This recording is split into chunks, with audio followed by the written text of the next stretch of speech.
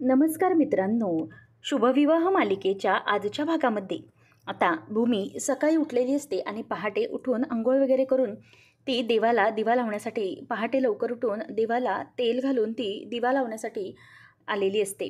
आणि त्याच वेळेला मग आता ती जागी असताना समोरून रागिनी येते आणि रागिनीचं लक्ष भूमीकडे जातं. आता रागिनी म्हणते की परफेक्ट, आता ही नेहमीप्रमाणे उठली आहे, आता आपण बघूया पुढे काय करायचं ते.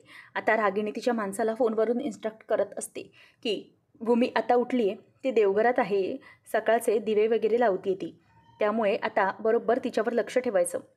मी तुला सांगेन त्यावेळेला तू बरोबर यायचंच. मग त्यानंतर आता भूमी ही दिवे वगैरे लावते, देवीला नमस्कार करते की सगळं व्यवस्थित होऊ दे. आणि मग त्यानंतर तिचं लक्ष अचानक बाहेरच्या दिशेने जात असतं. आता सगळं व्यवस्थित होऊ दे, लवकरात लवकर सगळ्या गोष्टींचा पर्दाफाश होऊ दे असं सारखं ती देवीला मागत असताना तिचं लक्ष बाहेर गेल्यावर भूमी म्हणते की हा दरवाजा उघडा कसा आहे, इतक्या पहाटे, तेही मीच तर आता उठली आहे, मग हा दरवाजा उघडा कसा काय राहिला, असा भूमी विचार करते. त्यावेळेला मग रागिनीचा तो माणूस असतो, तो मास्क घालून बाहेर उभाच असतो आणि रागिनी त्याला म्हणते की तू बरोबर तयार राहा. भूमी बाहेरच्या दिशेने यायला निघाली आहे. तेवढ्यातच आता भूमी म्हणते की कोण असेल बाहेर, काय झालं असेल नेमकं.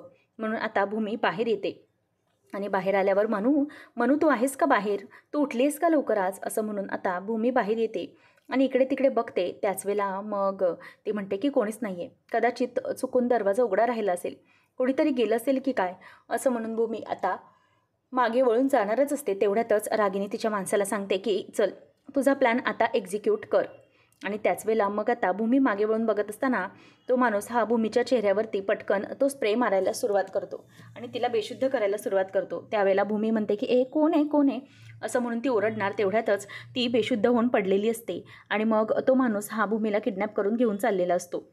रागिनी म्हणते की ऑलराईट, परफेक्ट प्लॅनिंग झालेलं आहे. तिला तू आता बेशुद्ध पडलीस, तिला तिथून उचलून घेऊन जा. मी ज्या प्रकारे तुला सांगितलं आहे त्या प्रकारे सगळा प्लॅन आता एक्झिक्यूट कर. अगोदर तिला इथून घेऊन जा, तुझ्या टेम्पोमध्ये घाल, असं म्हणून आता रागिनी ही त्या माणसाला सांगते की चल पुढचं काम आता तू करायला लाग. भूमी पूर्णपणे बेशुद्ध झालेली असते आणि तिच्या घराच्या इथूनच आता तो माणूस, रागिनीचा माणूस हा भूमीला तिथे घेऊन येतो आणि नंतर भूमीला ओढत आणल्यानंतर भूमीला तो आता तिथे टेम्पोमध्ये घालणार असतो. आणि मग मॅडमला म्हणजेच रागिनीला तो सांगतो की मॅडम तुम्ही सांगितलं आहे त्याप्रमाणे झालं आहे, भूमीला मी तिथे टेम्पोमध्ये घातली, आता काय करायचं आहे. तेव्हा तो म्हणतो की एक काम कर, आता त्या टेम्पोमध्ये घाल आणि वरून काहीतरी फुलं वगैरे टाक, काहीतरी कर, तो पूर्णपणे टेम्पो आता बंद करून टाक, त्याशिवाय काही होणार नाही. मग आता लगेचच पुढे रागिनी म्हणते की आता एक काम करायचं, मी तुला सांगितलं तसं करायचं, हा टेम्पो लांब न्यायचा आणि भूमीला त्या ड्रममध्येच राहू दे आणि तिला कुठेतरी दूर दरीत त्या ड्रमसकटच ढकलून द्यायची, समजलं, असं आता ती त्या माणसाला सांगते. आणि नंतर म्हणते की चल आता प्लॅन पूर्णपणे नीट एक्झिक्यूट केल्यावरच मला कॉल कर.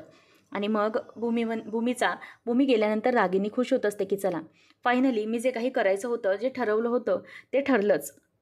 मला भूमी हे सगळं करायला भाग पडत होती काय, म्हणजे मला म्हणत होती की मी विजयादशमीच्या आधी तुमचं दहन करणार आहे, रावणाचं दहन करणारे, सगळं सत्य समोर काढणारे अजिबात नाही, तुला ते मी कधीच करू देणार नाही, लक्षात ठेव. मला एक्सपोज करायला निघाली होतीस काय, एक गोष्ट लक्षात ठेव, मला एक्सपोज करणं हे इतकं सोपं नाही आहे. आता तूच कशी वर जाणार आहेस बघ, डायरेक्ट ढगात, तुझा गेम ओव्हर झाला आहे भूमी महाजन, मला तू मोठ्या धमक्या देत होतीस ना. आता त्यावेळेला रागिनीला आठवतं भूमीने बोललेली वाक्य की मी रागिनी आत्या तुमचं या विजयादशमीच्या अगोदर एक्सपोज करणार आहे, तुमचा सगळा पर्दाफाश करणार आहे आणि असत्यावर सत्याचा विजय मिळवणार आहे मी. आणि मग तिला ते आठवल्यावरती म्हणते की भूमी महाजन गुड बाय, तुला मी सांगूनही तू ऐकली नाहीस, माझ्या मागे मागे राहिलीस. खरं तर तुला इतकं साधं मरण मला द्यायचं नव्हतं, परंतु काय करणार, आता तुला एकदमच मरावं लागणार आहे, काही झालं तरीही तू या सगळ्यातून सुटणार नाही, आता फायनली तुझा गेम ओव्हर, असं करून ती आता शिट्टी वाजवते. त्यानंतर मग जो रागिनीचा माणूस असतो तो टेम्पो घेऊन येत असतो आणि समोर नाकाबंदी लागलेली असते. गायकवाड आणि त्यांची टीम हे दीपक कुठेही पळून जाऊ नये यासाठी खरं तर ती नाकाबंदी लावलेली असते. त्याच वेळेला मग टेम्पो पुढे लागलेला असताना जो त्या रागिनीचा माणूस असतो त्याचा ड्रायव्हर जरासा घाबरतो आणि म्हणतो की समोर तर पोलिसांची नाकाबंदी लागली आहे, काय करायचं काहीच कळत नाही आहे, जर त्याने तो टेम्पो बघितला तर तेव्हा मग तो माणूस म्हणतो की मी ठीक आहे, मी बघतो काय करायचं ते. आता शिर्के असतात, ते शिर्के हे सगळ्या गाड्या व्यवस्थितपणे तपासत असतात की गाडीत काही नाही आहे ना. तेव्हा मग त्या टेम्पोजवळ येऊन विचारतात की काय रे, लायसन्स दाखव तुझं टेम्पोचं. तेव्हा मग तो ड्रायव्हर टेम्पोचं लायसन्स दाखवतो. नंतर मग तो लगेचच विचारतो की काय रे, काय गाडीमध्ये? मग लगेच तो म्हणतो की साहेब फुलं आहेत, फुलं पूजेसाठी फुलं ठेवली होती. मग त्याच वेळेला तो म्हणतो की बरं ठीक आहे, दाखव चल, फुलं आहेत का काय ते मला दाखव, चल ये उतर. असं म्हणून तो त्याला आता बाहेर बोलवतो आणि गाडीमध्ये काय आहे ते दाखवायला सांगतो. तेव्हा मग आता शिर्के टेम्पोमध्ये शिरतात आणि तिथे फुलंमध्ये आणि म्हणतात की बापरे, इतकी फुलं आणि ही फुलं या ड्रममध्ये काय करतायत रे, दाखव जरा. असं म्हणून आता शिर्के ती फुलं आजूबाजूला करायला लागतात. तेव्हा मग तो म्हणायला लागतो की साहेब काय करणार, गरीब लोक आहोत. हो, तू फुलं घेऊन जायची होती परंतु टोपल्या सगळ्या पलटी झाल्या, त्यामुळे सगळी फुलं या ड्रममध्येच टाकली, अर्जंट डिलिव्हरी करायची होती म्हणून. असं तो सांगायला लागतो. त्यामुळे शिर्के आता जरा गप्प बसलेला असतो. नंतर मग आता तो म्हणायला लागतो की बरं ठीक आहे, चालेल, पण दाखव, मला हा पूर्ण टेम्पो खाली करूनच बघायचा आहे, म्हणजे पूर्ण हा ड्रमच मला खाली करून दाखव. असं शिर्के त्या माणसाला सांगत असतो. म्हणून मग शिर्केला बघून तो जरासा घाबरतो, कारण जर पूर्णपणे दाखवलं तर भूमी ही समोर दिसेल. तेवढ्यात आता आकाश याला जाग येते आणि तो आजूबाजूला धावत बघतो की भूमी काय झालं. त्याला भूमीचं वाईट स्वप्न पडलेलं असतं. मग त्यानंतर आता कुठे गेली असेल भूमी, बाजूला बघतो तर तिचा फोन तिथेच असतो. मग तो विचार करतो की याचा अर्थ भूमी कुठेही बाहेर गेलेली नाही आहे, ही घरातच आहे. म्हणून आकाश बाहेर येत असतो भूमीला शोधत. त्यावेळेला मानसी पण त्यांच्या रूमकडे येत असते आणि म्हणते की भाऊजी, ताई कुठे आहे? तेव्हा मग तो म्हणतो की अगं भूमी खालीच असेल ना किचनमध्ये वगैरे किंवा देवघरात बघ. तेव्हा ती म्हणते की नाही ताई, खाली कुठेच नाही आहे. मला म्हणूनच जरा संशय आला की नेमकं काय झालं आहे, ताई उठली कशी नाही आहे. मग नंतर मला कळलं की कदाचित क्षितिजा वगैरे झोपत नसेल, रडत असेल म्हणून ताई तिला झोपवत असेल. पण तुम्ही मला सांगताय की ताई इथे रूममध्ये पण नाही, मग ती कुठे गेली असेल नक्की? मग लगेच आकाश म्हणतो की ती झोपली पण नव्हती. मग मानस म्हणते की हो बरोबर आहे, मला माहिती आहे नवरात्रीच्या दिवसांमध्ये ताई काही झोपून राहत नाही, ती लवकर उठते आणि सगळं पूजा आणि घरातलं सगळं आवरत असते ती. मग नक्की काय आहे? तेव्हा मग अशा वेळेला ती अशी काही करणार नाही. तेव्हा मग आकाश म्हणतो की कदाचित ती बाहेर कुठे गेली असेल तर. मला ना खरंच टेन्शन आलं आहे आणि देवी आई प्लीज काहीतरी चुकीचं घडून देऊ नको. तेव्हा मग मानसी म्हणते की भाऊजी तुम्ही काय बोलताय? तेव्हा तो म्हणतो की हो, मला ना तिच्या बाबतीत वाईट स्वप्न पडलं होतं का आत्ताच, म्हणून मी दचकून उठलो आहे. आणि तसंही तिच्या बाबतीत जरी कधी मला वाईट स्वप्न पडलं ना, तर काही ना काहीतरी चुकीचंच घडतं तिच्याबरोबर. मला खूप भीती वाटते, संकट आलं असेल तर तिच्यावर. चल आपण खाली जाऊन बघूया. तेव्हा मग आता तो म्हणतो की बागेत बघितलं पाहिजे. मानसी म्हणते की बागेत अथर्वला पाठवलंय, बघूया खाली जाऊन. ते खाली येतात. तेवढ्यातच अथर्व येतो आणि म्हणतो की हो मनू, आकाश, अरे सगळीकडे पाहिलं मी, बागेत मागच्या बाजूला सगळीकडे पाहिलं परंतु कुठेच भूमिताई नाही दिसत आहे. तेव्हा मग सगळ्या जणांचा आवाज होऊ लागतो. तिथून अभिजित आणि पौर्णिमा सगळे येतात आणि मुद्दाम रागिनी नाटक करत दाखवते की काय रे आकाश, काय झालं? तेव्हा मग तो म्हणतो की अगं भूमी. मग ते म्हणते की काय झालं भूमीचं आता? मग तो सांगतो की अगं भूमी घरात नाही आहे सकाळपासून. रागिनी म्हणते की काय, कशी काय घरात नाही आहे ती, काय झालं काय नेमकं?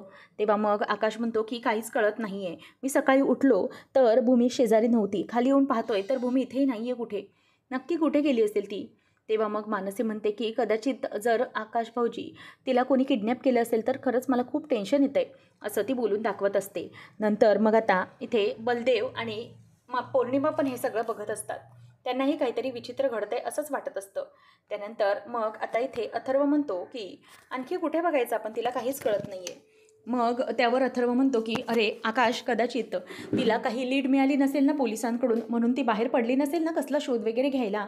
तेव्हा लगेच आकाश म्हणतो की हो तीही शक्यता आहेच. तसंही मी तिला किती वेळा सांगितले आहे, भूमी प्लीज असं करत जाऊ नको, तुझ्या जीवाला धोका आहे. परंतु ती ऐकेल तर ना, कितींदा तरी मी तिला सांगितलं आहे असं करू नको, स्वतःचा जीव धोक्यात टाकून इतक्या सगळ्या गोष्टींच्या मागे लागण्याची काहीच गरज नाही आहे. परंतु तिला काही कळतच नाही आहे. घरात अशी टांगती तलवार असताना, स्वतःचं लहान मूल असताना घरात अशी कशी जाऊ शकते ती? तेव्हा मग मुद्दामच रागिनी म्हणते की आकाश, अरे काळजी करू नकोस, कदाचित ती कुठे देवाला वगैरे गेली असेल तर. तेव्हा मग रागिनी म्हणते की आकाश, आता तुझी बायको कधीच येणार नाही, कारण तिला मी आता संपवणार आहे. नंतर मग रागिनी म्हणते, तेव्हा तो म्हणतो की नाही, ती देवदर्शनाला एकटी कशीच जाणार नाही, तिचा हट्टच असतो की जोडीने जाऊया. मग ती कशी जाईल? तेवढ्यात आता रागिनीला फोन येतो, म्हणून ती तिच्या रूममध्ये जाते आणि तिच्या माणसाला म्हणते की बोल सांग, आनंदाची बातमी सांग, भूमीला संपवलं? बोल, ऐकण्यासाठी ना माझे कान अगदी आसुसलेत, बोल बोल लवकर. तेव्हा तो म्हणतो की नाही मॅडम, एक प्रॉब्लेम झाला आहे मध्ये. तेव्हा ती बोलते की खाल्लीस ना माती, काय केलंस आता? तेव्हा तो सांगतो की मॅडम अहो आम्ही टेम्पो घेऊन निघालो होतो तिला तुम्ही सांगितल्याप्रमाणे करण्यासाठी, परंतु मध्येच रस्त्यावर जाताना हायवेवर पोलिसांची नाकाबंदी होती आणि त्यामुळे पोलिसांची तिथे सगळ्या गाड्या व्यवस्थित चेक करत होते. आपण अडकणारच होतो, परंतु तेवढ्यात कोणीतरी एक चोर होता तो पळून गेला म्हणून पोलीस त्याच्या मागे गेले, नाहीतर आपण पूर्णपणे अडकलो असतो. मला खरंच कळत नाही आहे की मी काय केलं असतं तेव्हा. खूप मोठा प्रॉब्लेम झाला असता मॅडम, कारण जर त्या हवालदाराने आपला टेम्पो उघडून बघितला असताना तर मोठा प्रॉब्लेम होणार होता. मग ती म्हणते की आता काय केलंस तू, कुठे नेलंस तिला?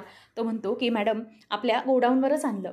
तेव्हा ती म्हणते की काय, तुला दुसरी कोणतीच जागा सापडली नाही, आपल्याच गोडाऊनमध्ये नेलंस? तेव्हा मग तो म्हणतो की हो मॅडम, याच गोडाऊनमध्ये आणलं, कारण मला हीच जागा व्यवस्थित वाटत होती. बाकी ठिकाणी नुसती पोलिसांची नाकाबंदी आहे, सगळीकडे नाक्यावर पोलीस आहेत. आणि जर भूमी तिथे दिसली असती ना, पोलीसही तिला ओळखतात, खूप मोठा प्रॉब्लेम केला असता.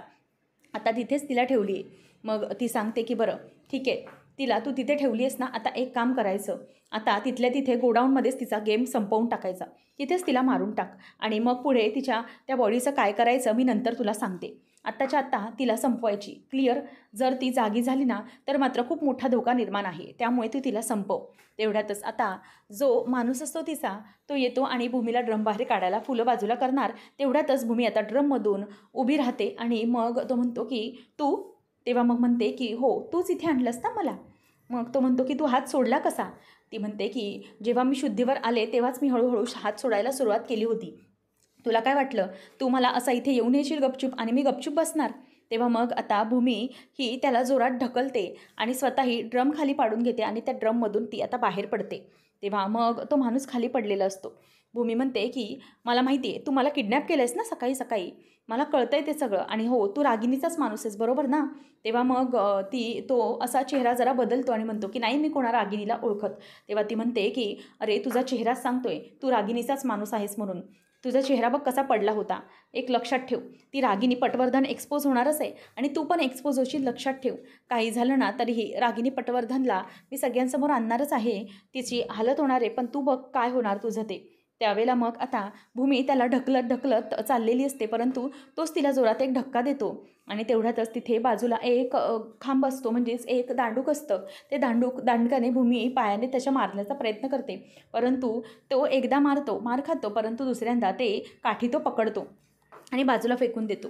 आता भूमीला विचारतो की बोल मग आता पुढे काय करणार आहेस, कसं करणार आहेस? त्यावेळेला भूमी खूप घाबरलेली असते. ती मागे होत असते आणि म्हणते की बाजूला हो, हा माझ्याजवळ येण्याचा प्रयत्न करायचा नाही, लांब हो, दूर हो माझ्यापासून, असं ती त्याला लांब ढकलत असते. आणि त्यानंतरच मग ती त्याला ढकलत असताना तिथून बाहेर दरवाजावर जाते आणि प्लीज मला कोणीतरी वाचवा वाचवा असं बोलायला लागते.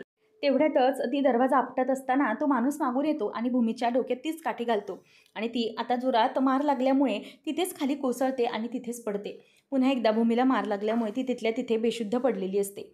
आणि त्यानंतर मग आता इथे बलदेव हा सगळ्या लोकांपासून बाजूला येऊन फोनवर बोलण्याचा प्रयत्न करू लागतो. तो म्हणतो की आता काय करू काहीच कळत नाही आहे, मला कळत नाही आहे आता ह्याचा फोन कशाला आला आहे, म्हणून तो बाजूला येऊन हळूच फोन घेतो. खरं तर त्याचा जवळचा जो मित्र असतो त्याचा फोन आलेला असतो. तो बोलतो की बोलले काय झालं? मग तो मित्र म्हणतो की दादा, अरे मी तुझ्या बंगल्याजवळ आलो होतो सकाळी. ॲक्च्युली काय झालं की आईच्या ऑपरेशनसाठी जे पैसे हवे होते ना ते तर मिळाले आहेत, परंतु ज्या गोळ्या होत्या ना त्या जरा बदली करायच्या होत्या, त्यासाठीच मला बोलायचं होतं आणि भेटायचं होतं. म्हणूनच मी बंगल्याच्या जवळ आलो होतो सकाळी, परंतु मला नंतर लक्षात आलं की आता तरी कोण उठणार नाही किंवा कोणी जागं नसेल, त्यामुळे मी परत निघून गेलो. पण त्याच्यासाठीच मला तुला जरा महत्त्वाच्या गोष्टीत भेटायचं होतं. मग त्यानंतर तो म्हणतो की बरं ठीक आहे, तू सकाळी आलेलास का? मग तो म्हणतो की हो मी सकाळी आलो होतो. तेव्हा मग त्याला लगेच बलदेव म्हणतो की बरं ठीक आहे चालेल, मी तुझ्या पैशांचं बघतो, तू नको काळजी करूस, आणि त्या गोळ्यांचं आहे ते पण मी बघून घेईन, काही काळजी करू नकोस. त्यानंतर मग आता फोन ठेवत असताना त्याच्या मित्राला तो विचारतो की मला सांग साधारणतः तू पहाटे कधी आला होतास? तेव्हा तो सांगतो की दादा साधारणतः सकाळी 4:30-5 वाजता पहाटे. तेव्हा मग तो म्हणतो की मला सांग तुला आमच्या इथे खाली आलास तेव्हा काही असं वेगळं संशयास्पद वाटलं का? तेव्हा मग तो सांगतो की असं संशयास्पद म्हणजे हो मला आठवली एक गोष्ट, ते म्हणजे की तुमच्या इथे ना एक टेम्पो आला होता खाली, बंगल्याच्या इथे खाली, आणि तो टेम्पो ना, म्हणजे त्या टेम्पोमध्ये एक माणूस होता, तो ना ड्रम भरत होता. मला असं वाटलं की तो कोणीतरी ओळखीचाच माणूस असेल किंवा नेहमीचा येणारा जाणारा असेल, परंतु तो ना टेम्पो भरत होता. मला वाटलं अगोदर की घरात दसरा येतोय म्हणून साफसफाई चालू असेल, पण एवढ्या सकाळी साफसफाईचा तो कचरा कोण बरं टेम्पोत घालेल, तोही मला जरा संशय आला. परंतु मी काही त्याच्याकडे एवढं लक्ष दिलं नाही. मग तो टेम्पो घेऊन निघून गेला माणूस.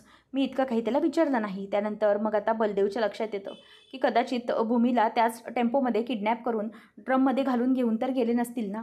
तेव्हा मग बलदेव त्याला म्हणतो की बरं झालं, महत्त्वाची माहिती दिलीस, ठीक आहे चालेल, आपण बोलूया नंतर, आणि मग मी पैशांचं बघतो असं म्हणून तो फोन ठेवून देतो. आता हे सगळं बलदेवच्या लक्षात आलेलं असतं की भूमिताईंना या रागिनी पटवर्धनेच तिच्या माणसानेच किडनॅप केलेलं असेल. तेव्हा आता अथर्व आणि आकाश हे दोघंजणही बाहेरून येतात. मग त्यानंतर आकाश हा म्हणतो की काय झालं अभिजित. तेव्हा मग अभिजित म्हणतो की तुमचा काही पत्ता लागला का तिचा. तेव्हा ते म्हणते की नाही, काहीच पत्ता नाही लागला. तेव्हा अभिजित म्हणतो की अरे एक लीड मिळाली आहे, म्हणजे ना इथे बंगल्याच्याच बाजूला माणूस होता, त्याने ना सकाळी आपल्या इथे बंगल्यामध्ये टेम्पो बघितला होता आणि टेम्पोमधून ना ड्रम पण टाकला होता. मग लगेच अथर्व म्हणतो की कदाचित त्याच टेम्पोमधून भूमिताईला किडनॅप केली असेल तर. तेव्हा अभिजित म्हणतो की हो मलाही तेच वाटतंय की त्याच टेम्पोमधून तिला किडनॅप केली असेल आणि तिला त्या ड्रममध्ये वगैरे टाकून घेऊन गेले असतील तर. तेव्हा आता आकाशही खूप घाबरलेला असतो की आता काय करायचं. नंतर मग अभिजित म्हणायला लागतो की कदाचित मला असं वाटतंय की हे सगळं ना त्या टेम्पोचं नाव म्हणजे त्या माणसाने नावही पाहिलं होतं दुसरचं प्रेमचंद म्हणून. चल आपण बघूया कुठे काही भेटतंय का, आणि आपण कुठे त्या टेम्पोबद्दल काही विचारता येईल का ते बघता येऊया, म्हणजे आपल्याला रस्ता घेऊन निघाल्यानंतर नक्कीच काहीतरी समजेल, असं आता तो त्याला सांगत असतो.